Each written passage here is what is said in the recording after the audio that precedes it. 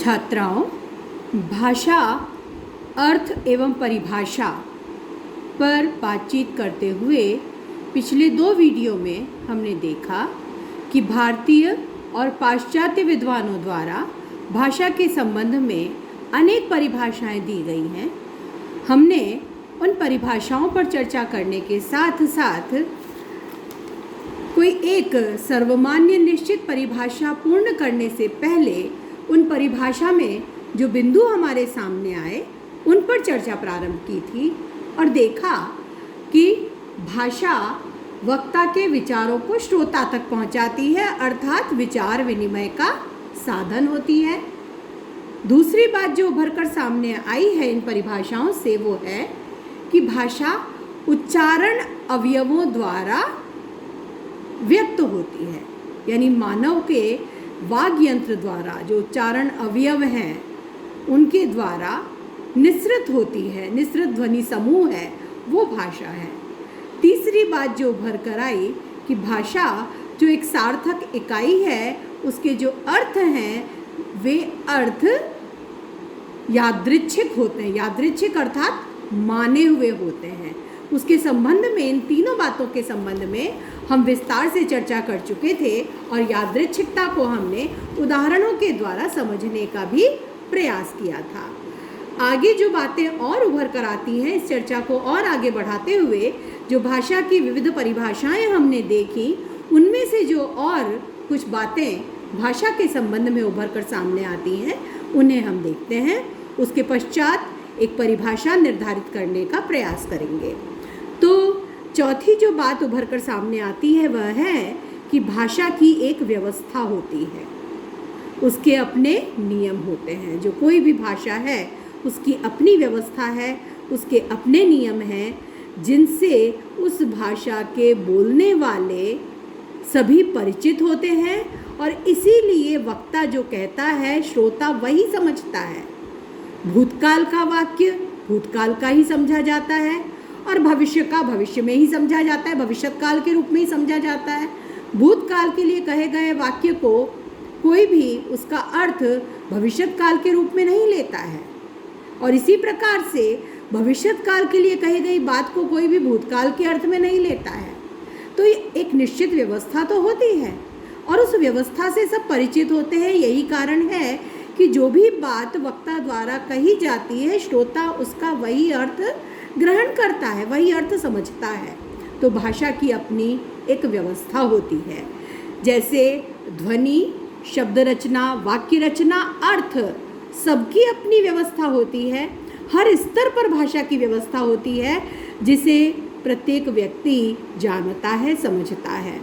जैसे ध्वनि के स्तर पर हम देखते हैं हिंदी में ड़ और ढ शब्दों आरंभ में नहीं आते, कोई भी शब्द इनसे प्रारंभ होने वाला हमें नहीं मिलता।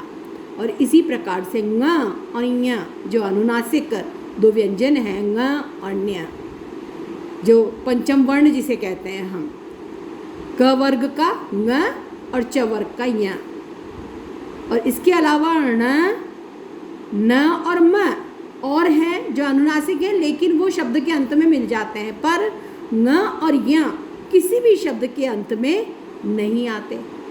ये ध्वनि संबंधी व्यवस्था है। ये नियम सब जानते भी हैं और हम देखते हैं ये नियम लागू होता है। विदेशी शब्द के साथ तत्सम प्रत्यय नहीं लगता, ये शब्द संबंधी व्यवस्था है। जैसे दीन से दीनता बनता है लेकिन गरीब से गरीबता नहीं बनता, गरीबी बनता है।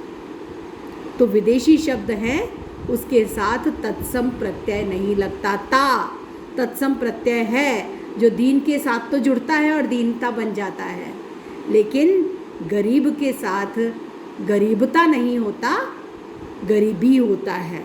तो ये शब्द व्यवस्था है। इसी प्रकार वाक्य की भी व्यवस्था होती है। हिंदी में वाक्य व्यवस्था क्या है? कर्ता, कर्म और क्रिया, इसका क्रम चलता है। और अंग्रेजी में कर्ता, क्रिया और कर्म का क्रम चलता है। जैसे मोहन खाना खाता है, मोहन कर्ता, खाना कर्म और खाता है क्रिया। ये हिंदी वाक्य है। अंग्रेजी में क्या हो जाएगा? Mohan Yeats food. मोहन कर्ता, ईट्स क्रिया और फूड कर। तो ये अंग्रेजी की वाक्य व्यवस्था है। तो कुल मिलाकर के इन उदाहरणों के द्वारा हमने यही समझा कि भाषा एक व्यवस्था भी होती है और उस व्यवस्था से सब परिचित होते हैं। और यही कारण है कि किसी भी भाषा के बोलने वाले जब परस्पर आपस में बातचीत करते हैं तो श्रोता कही गई बात का वही अर्थ लेता है जो वक्ता का अभिप्रेत होता है। पांचवी जो बात उभर कर सामने आती है भाषा संबंधी परिभाषाओं के आधार पर जो हम निकाल सकते हैं वो है भाषा का प्रयोग समाज विशेष में होता है और उसी में वह बोली और समझी जाती है। पांचवी बात यह है समाज विशेष में उसका प्रयोग होता है और उसी समाज में वह बोली और समझी भी जाती है। तो ये जो 5 बातें मुख्य रूप से भाषा के संबंध में उभर कर आती हैं, इनके आधार पर भाषा की परिभाषा यदि निर्धारित करने का प्रयास करें तो इस प्रकार दी जा सकती है। डॉक्टर भोलानाथ तिवारी ने भाषा की परिभाषा निर्धारित करने का प्रयास किया है, जिसे हम पूर्व में भी देख चुके हैं। वो इस प्रकार है, भाषा उच्चारण अवयवों से उच्चरित यादृच्छिक ध्वनि प्रतीकों की वह व्यवस्था है जिसके द्वारा समाज विशेष के लोग आपस में विचारों का आदान प्रदान करते हैं। तो भोलानाथ तिवारी अपनी इस परिभाषा को आगे और विस्तार देते हैं, और अधिक विस्तृत करते हैं और समझाते हैं, इसे और व्यापक बनाने का प्रयास करते हैं। मूलतः भोलानाथ तिवारी द्वारा भाषा की यह एक संपूर्ण परिभाषा निर्धारित की गई है जो सर्वमान्य भी है। जो हमने 5 विशेषताएं जो इन सब परिभाषाओं से निकल कर आती हैं भाषा के संबंध में, उन सब को अपने में समाहित करके चलती है। एक बार फिर से हम इसे दोहराएंगे, भाषा उच्चारण अवयवों से उच्चरित यादृच्छिक ध्वनि प्रतीकों की वह व्यवस्था है जिसके द्वारा समाज विशेष के लोग आपस में विचारों का आदान प्रदान करते हैं। इस परिभाषा को और विस्तार देते हुए भोलानाथ तिवारी कहते हैं कि यदि इस परिभाषा में भाषा के प्रकार्य फंक्शन को जोड़ दें तथा व्यवस्था को गहराई से देखें और मानव भाषा को दृष्टि में रखें तो निम्नांकित बातें इस परिभाषा में और जोड़ी जा सकती हैं। वो बातें क्या हैं? पहली, भाषा विचार विनिमय का साधन तो है ही, साथ ही कोई व्यक्ति चाहता है तो भाषा के माध्यम से अपने विचारों अनुभवों को लेख, कविता, पुस्तक आदि में भी व्यक्त करता है। क्योंकि भाषा विज्ञान केवल मौखिक भाषा नहीं, लिखित भाषा का भी अध्ययन करता है। और भाषा एक व्यापक संकल्पना है जिसे हमने बहुत व्यापक अर्थ में पहले समझा है, लेकिन भाषा विज्ञान जिस भाषा का अध्ययन करता है उसकी परिभाषा यहाँ पर निर्धारित करने का प्रयास किया जा रहा है। तो भोलानाथ तिवारी एक परिभाषा निर्धारित करते हैं, लेकिन उसको थोड़ा और विस्तार देते हैं और वे कहते हैं कि इसमें हम देखते हैं कि केवल उच्चारण अवयवों से उच्चारित ही नहीं, बल्कि एक ऐसा विचार विनिमय का साधन है जिसमें व्यक्ति अपने विचारों अनुभवों को लेख, कविता, पुस्तक आदि में भी व्यक्त करता है, लिखित रूप में भी सामने आती है। दूसरी बात वो जो कहते हैं कि किसी व्यक्ति के भाषा प्रयोग के आधार पर उस व्यक्ति के सामाजिक स्तर और व्यक्तित्व के विषय में काफ़ी जानकारी मिल जाती है।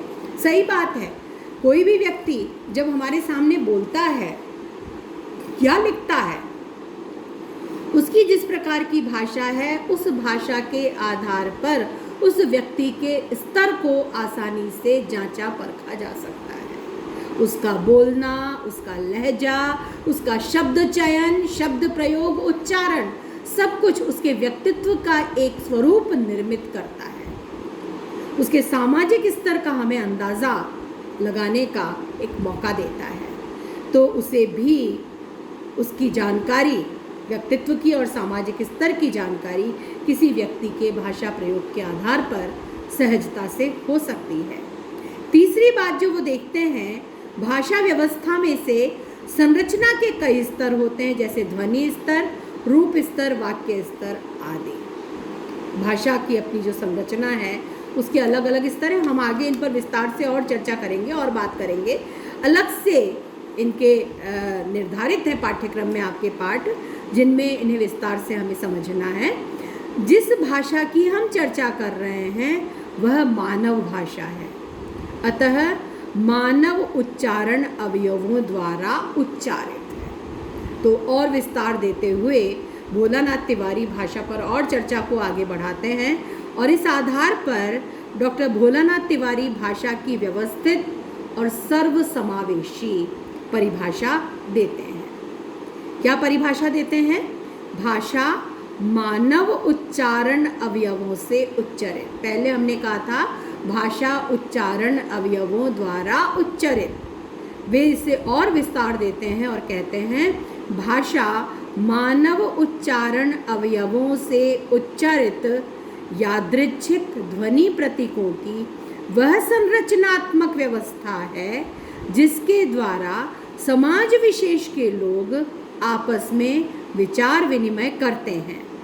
लेखक, कवि या वक्ता रूप में अपने अनुभवों एवं भावों आदि को व्यक्त करते हैं तथा अपने वैयक्तिक और सामाजिक व्यक्तित्व, विशिष्टता तथा अस्मिता के संबंध में जानकारी देते हैं।